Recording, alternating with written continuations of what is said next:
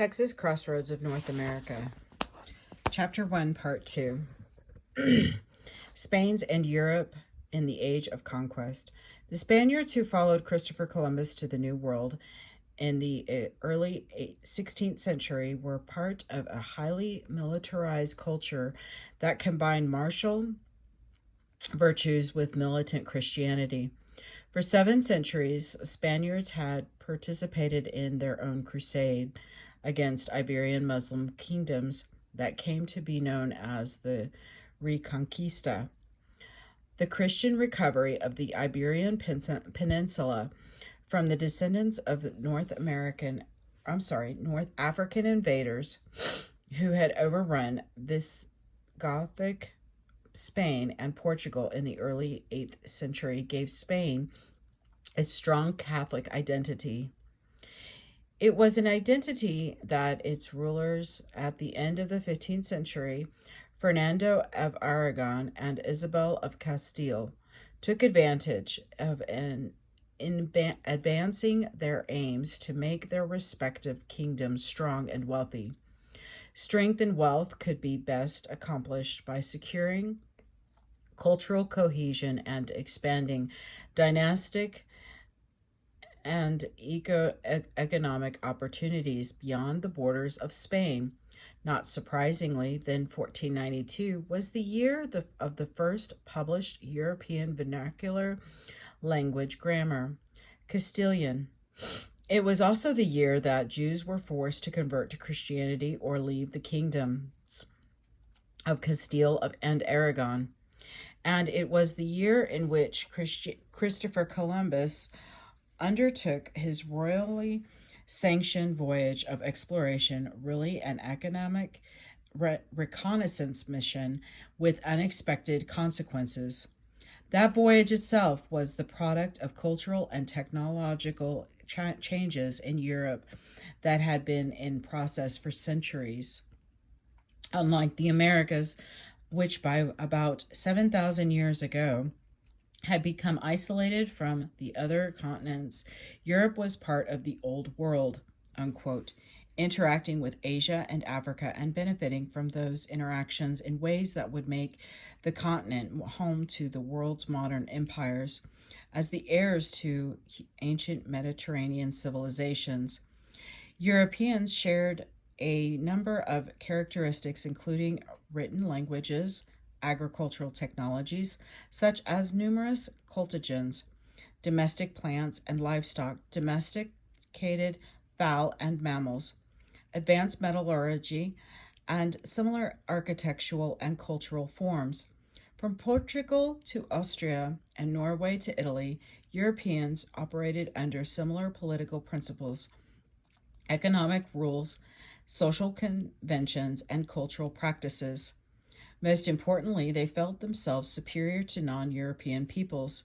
Trade and welfare including the Crusades of the 11th through 13th centuries, contributed to the emergence of a powerful Europe by the 16th century. From their Asian visits, European merchants brought home new technologies like gunpowder and paper, along with the silk and spices that constituted the bulk of intercontinental trade.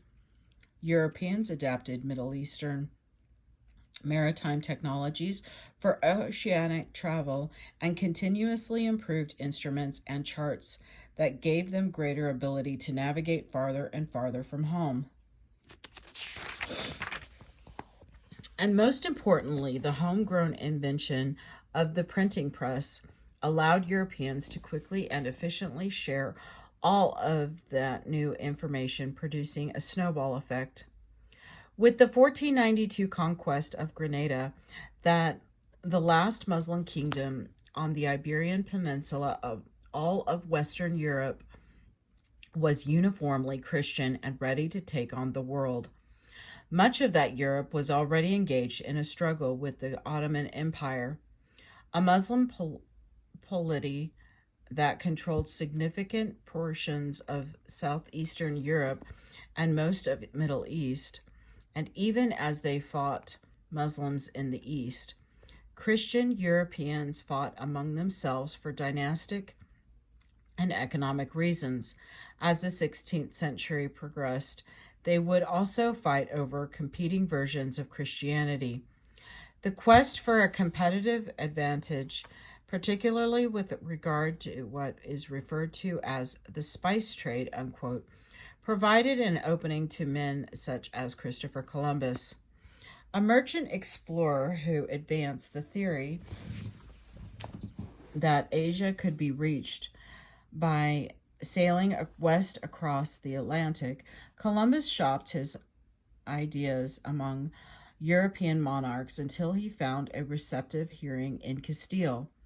Columbus did not propose to discover a new world, unquote, but a new way to get to the other end of the world. Norsemen and fishermen had pushed northwest beyond Greenland and Iceland.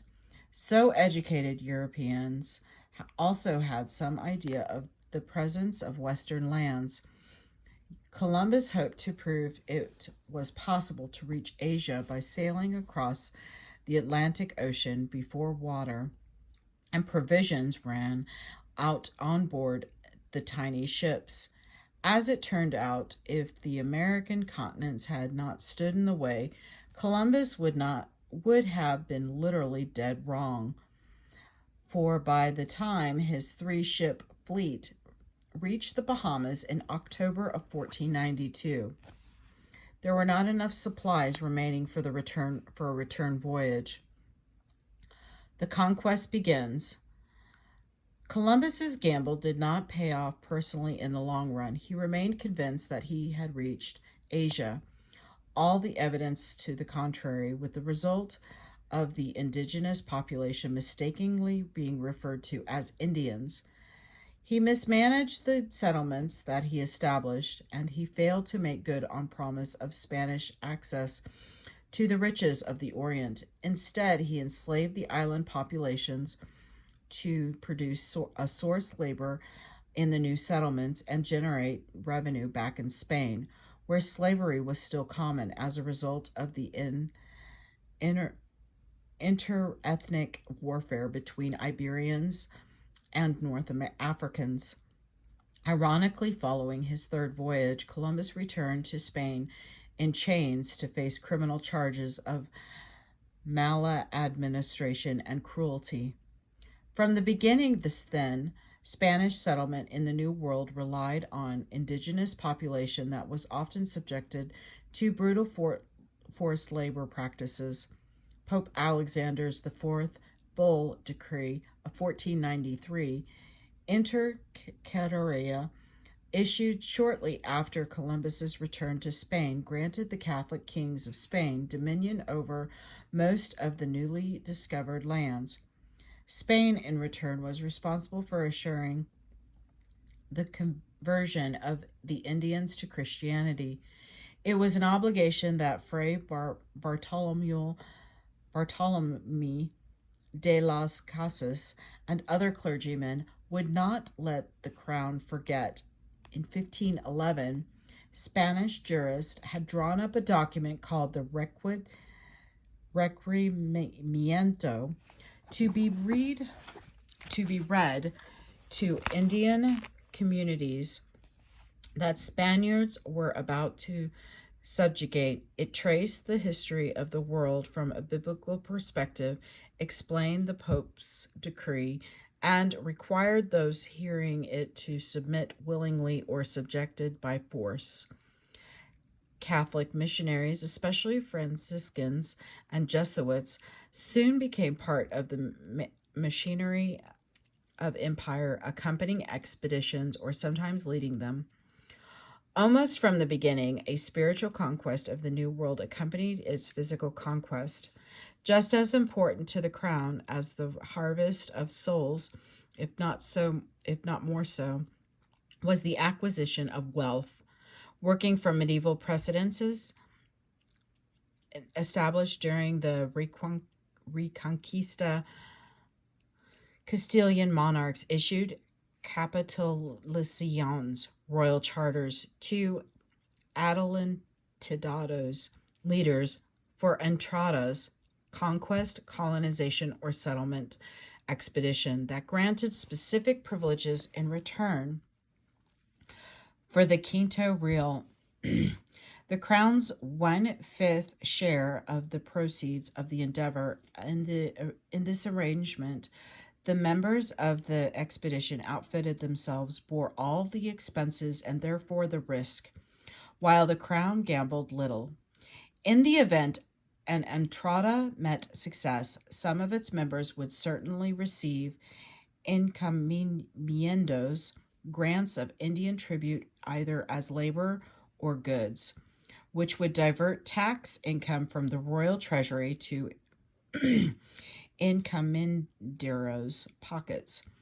But that was a small price to pay for bringing new lands under Spanish control. And after all, as in the case of Columbus, there were ways of terminating agreement that were not favorable to the crown. In the years after Columbus's voyages, Spaniards expanded the area of control to the major islands of the Caribbean and soon came into contact with the more sophisticated societies of Mesoamerica. By 1519, the governor of Cuba had set its sights on the nearby Yucatan Peninsula, from which accounts had been received of advanced societies that offered better business opportunities than had so far been discovered. To lead this initial commercial venture, he appointed Hernan Cortez, an ambitious conquistador who had participated in the conquest of Cuba. After initial stops along the Yucatan Peninsula, Cortez landed on the Mexican coast, founded the town of Veracruz, had the new settlement's officials, whom he had chosen, vote him their governor, and broke away from the authority of Cuba's governor. In 2 years' time, through a combination of brute force, masterful diplomacy, and artful betrayals, Cortez brought down the Aztec Empire, launching the Spanish conquest of Mexico, a process still not completed 300 years later, when Spain's presence in North Americas came to an end. The first conquistadors in Texas. When Panfilo de Narvaez presented his petition to King Charles I of Spain, better known as Charles V, Holy Roman Emperor, to conquer Florida in 1526, he was hoping to surpass the accomplishments of his rival personal enemy, Cortez, from various slaving expeditions and explorations in the 1510s, including one by Alvarez de Pineda in 1519 that mapped the entire Gulf Coast from Florida to Tampico. Spaniards became curious about the vast land north of Mexico that came to be known as Florida. Narvaez, who had sided with the governor of Cuba against Cortez during the conquest of Mexico, had lost an eye in battle attempting to arrest the conqueror of Aztecs.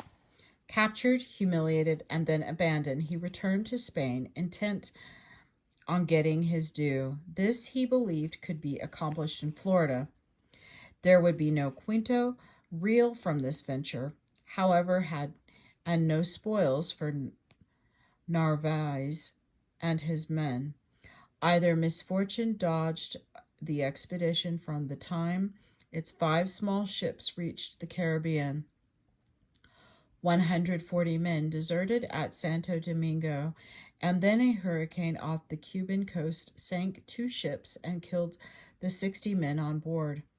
After wintering in Cuba, the expedition again set sail in February, encountering other storms that threatened disaster. Finally, in April 1528, the Spaniards reached the Gulf Coast of Florida, where they entered what was probably Tampa Bay. Their luck did not improve, however. Despite the warnings of his treasurer, Alvaro Nunez Cabeza de Vaca, that the land forces should not separate from the fleet, Narvaez marched his men inland in a futile attempt to reach the supposedly gold-rich kingdom of Appalachia. After 4 months of hostilities with Indians and forced marches through swamps and jungles, the men had found no gold or other tangible wealth, and there was no sight of the expedition's fleet. The Entrada's morale was broken. In September, the men constructed 5 crude boats at St. Mark's Bay, Florida, overcrowded with almost 250 survivors. They set sail for Mexico. Soon after passing the mouth of the Mississippi, a storm battered the boats toward the Texas coast. In the days that followed, Narvaez's boat was lost, and in early November, one after another, the remaining craft beached just south of Galveston Island, suffering from exposure, starvation, and dehydration. The would-be conquistadors were at the mercy of the Indians who inhabited the area. The initially friendly meeting between Indians and Spaniards soon took a turn for the worse, as misunderstandings between the two cultures developed. Some Spaniards died of exposure, and others disappeared in attempts to reach civilization. A fortunate few found employment, unquote, among the Indian groups that took them in. Of the dwindling number of expeditionaries, only 4 would live to tell the tale. One of these 4 was Cabeza de Vaca. For 6 years, the survivors dwelt among the Galveston Bay, Carranca, and Coahuiltecan Indians of coastal and South Texas, sometimes as, quote, slaves, sometimes as merchants, but also as healers. In 1532, Cabeza de Vaca finally abandoned his single remaining companion, Lope de Oviedo, and made his way inland. Captured by another group of Indians, he soon discovered the presence in the region of 3 fellow Spaniards, Captains Alonso del Castilla and Andres de Durantes, and the latter's North African slave, Estebanico. 2 years of planning resulted in a successful escape from their captors and the beginning of an odyssey that took the 4 Christians across parts of present-day Texas, New Mexico, and northern Mexico. From the Gulf of Mexico to the Gulf of California between 1534 and 1536, everything he could remember having seen and heard during his odyssey, Cabeza de Vaca wrote down in his Reolación, the first Texas literature and first ethnographic work in North America. Coronado and the 7 Cities of Gold. Antonio de Mendoza, first viceroy of New Spain, as Greater New Mexico was known during the 300 years of Spanish rule, had only recently arrived in the New World when Cabeza de Vaca came out of the northern wilderness for Mendoza, who was the Spanish king's chief administrator in New Spain, underwriting an expedition to discover and conquer the 7 cities of gold. And the wanderers reported hearing about what would be financially rewarding would reduce the slave raiding that contributed to social and economic instability in the country, and would be a way to rid central Mexico of the large number of idle Spanish gentlemen who were a constant source of trouble. A prudent and sensible administrator, however, Mendoza was not about to invest his limited financial resources and reputation on unsubstantiated rumor. To establish the veracity of Cabeza de Vaca's report, he sent out a scout, a Franciscan friar with considerable New World experience, Marcos de Niza. He was guided by none other than Estebanico, Cabeza de Vaca's companion, whom the viceroy purchased from the Durantes because none of the 3 Spaniards was willing to retrace their steps into the interior. Although the 1539 Niza Estebanica expedition turned out to be an utter disaster, with Estebanica being killed by the Zuni inhabitants of Hawica in present-day Arizona, Niza's assertion that the town was bigger than Mexico City, unquote, gave Viceroy Mendoza the answer he wanted to carry out the conquest. Mendoza turned Francisco Vasquez de Coronado, already the governor of Nueva Galicia.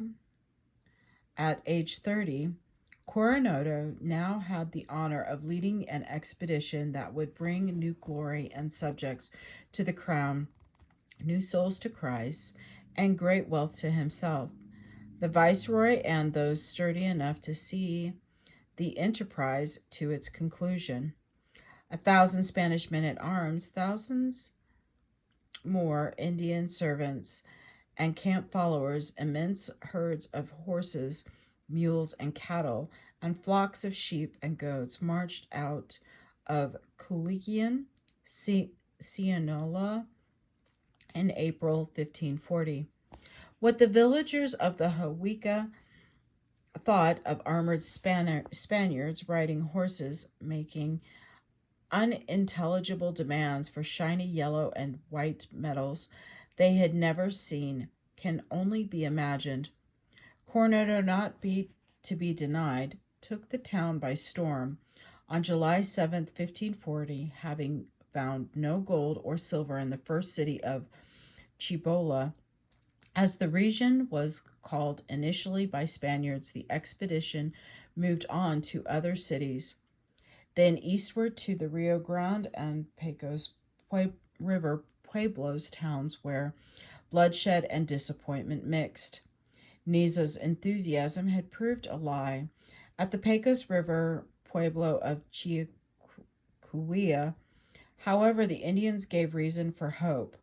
Far to the east, beyond the great flatlands they promised, was the kingdom of Quivira, where gold and silver awaited the Spaniards in plenty. Quivira turned out to be another disappointment for Coronado and his men, as to get there they had to cross a portion of today's northwestern and Panhandle, Texas.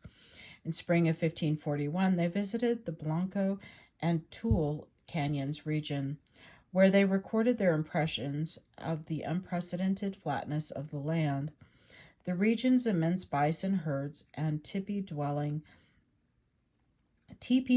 buffalo hunting proto-Apaches who had recently made the southern plains their home, and when they got to Quivira, actually Wichita Indian villages in central Kansas, they found no gold or silver or anything else that they valued for that matter. Although some of the men desired to stay in the country, Coronado, broken both psychologically and physically, a fall from his horse had caused permanent injuries, brought his humbled expeditionaries back to Culiacan in the spring of 1542 with nothing to show for their efforts. There were reports on the Rio Grande country, although optimistic about future prospects for the region, did not encourage Spanish settlement.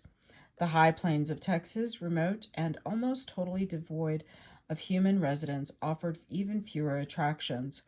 One lasting legacy of Coronado's bold venture seems to have been a lingering resentment on the part of the town's Indians, who henceforth would be called Pueblos by the Spaniards, and who within 50 years would confront more determined Spanish conquerors. Conquistadors in East Texas.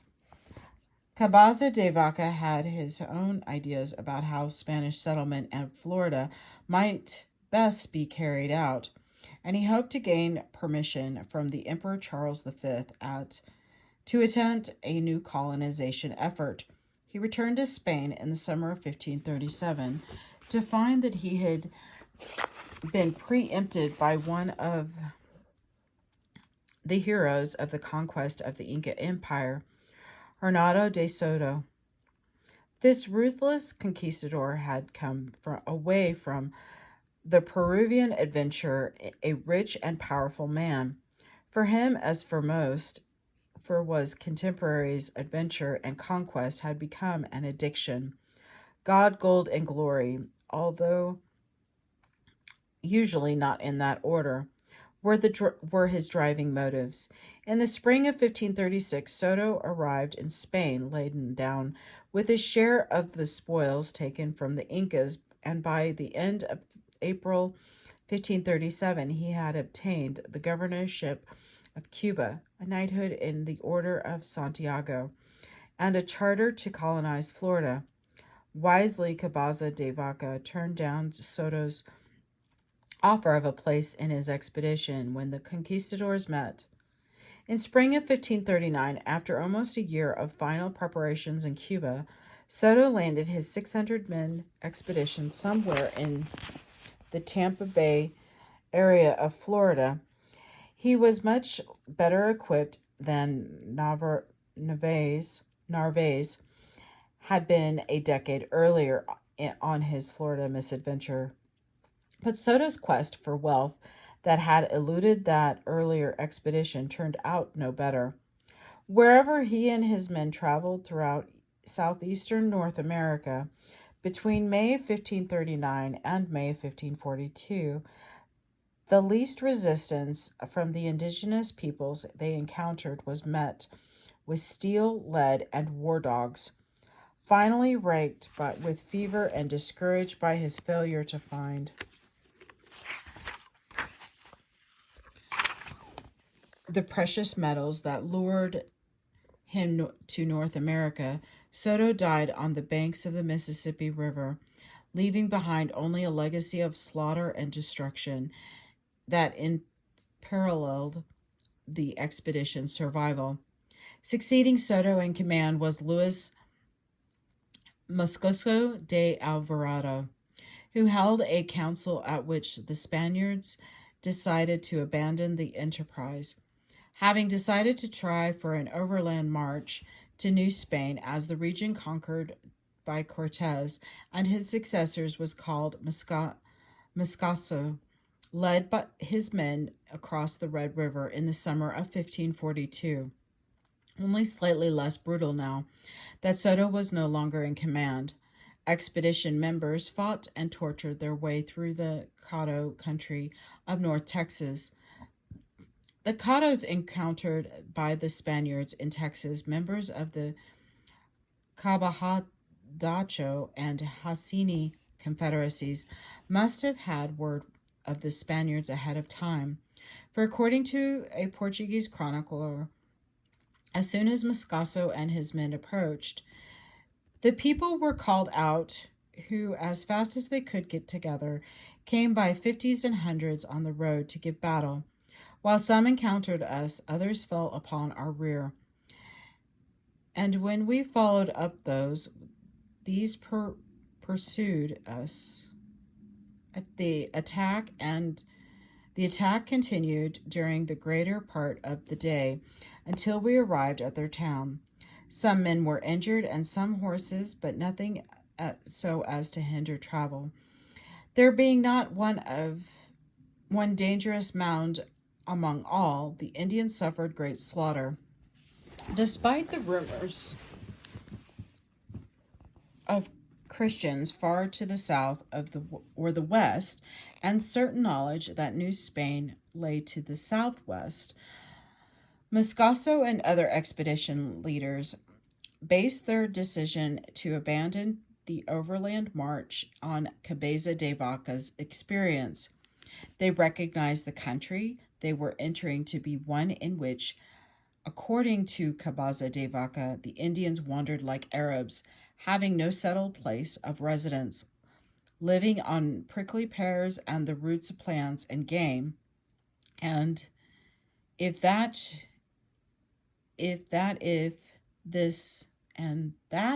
this should be so. Oh my goodness, I'm sorry. And they entering upon the tract, found no provisions for sustenance during winter. The most inevitably perish, unquote. At that point, the conquistadors retraced their steps to the Mississippi, where they wintered and built boats to carry them to New Spain.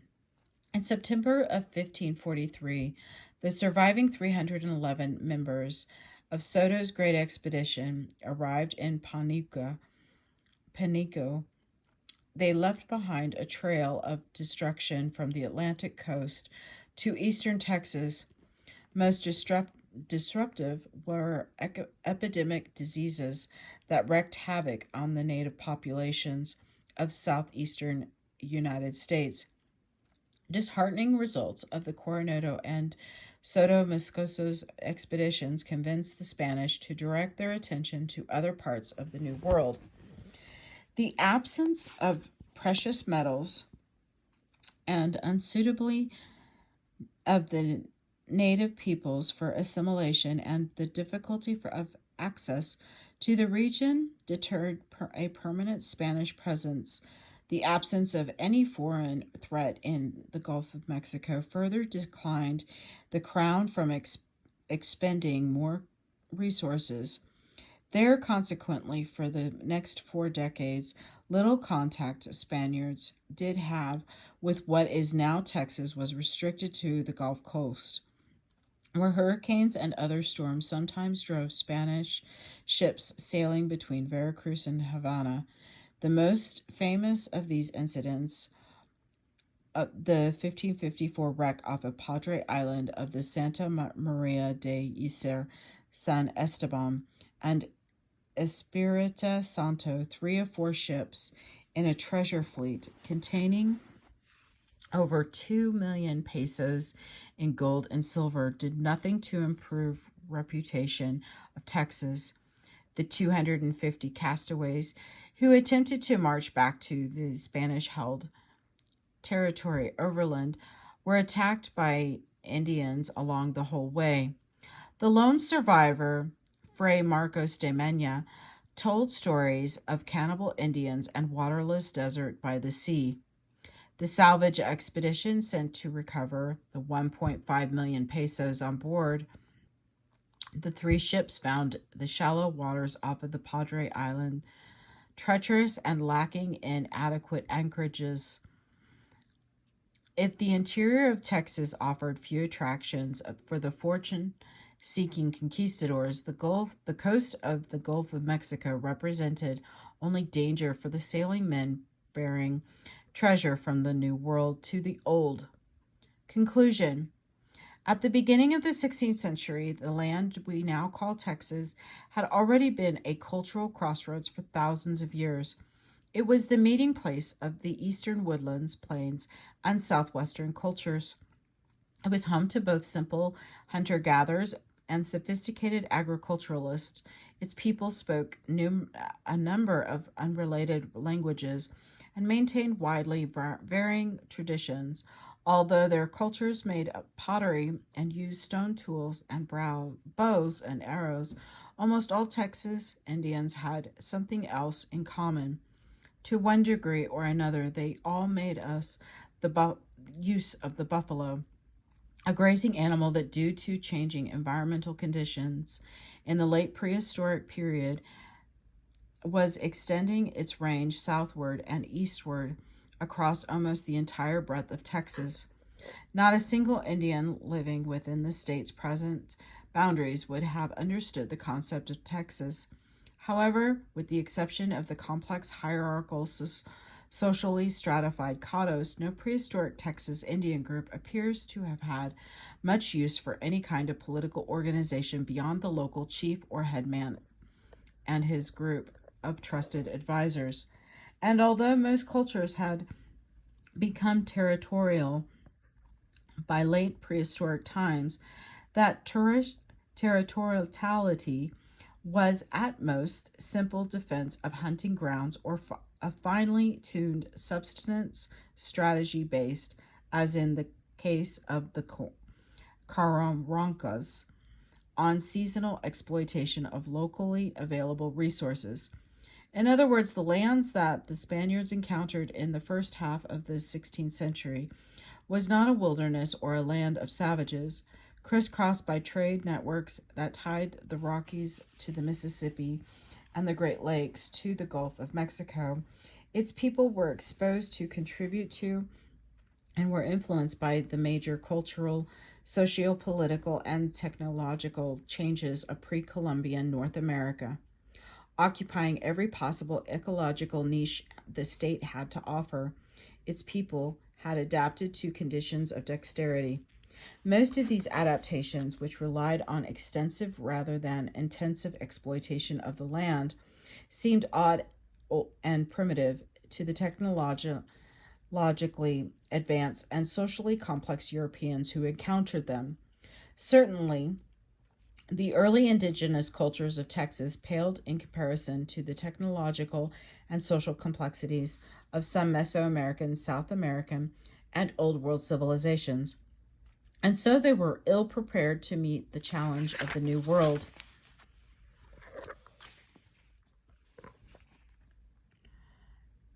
Coming into existence in the course of the next 500 years, this New World would leave room for little descendants of the first Texans to call the state home. Happenstance brought the first Europeans to the northwest corner of the Gulf of Mexico, to a land that had no name, no boundaries, and no approximated modern Texas. The accidental exploration of present-day coastal Texas and parts of northern Mexico by the Cabeza de Vaca and his fellow survivors of the Narvaez conquest was followed by the more purposeful exploits of Soto Moscoso and Coronado expeditions. Dreams and tales of treasure had brought these conquistadors into the forests of East Texas and the plains and canyons of West Texas. The great disappointment at finding no gold or silver and no new Aztec empires to conquer dampened their enthusiasm.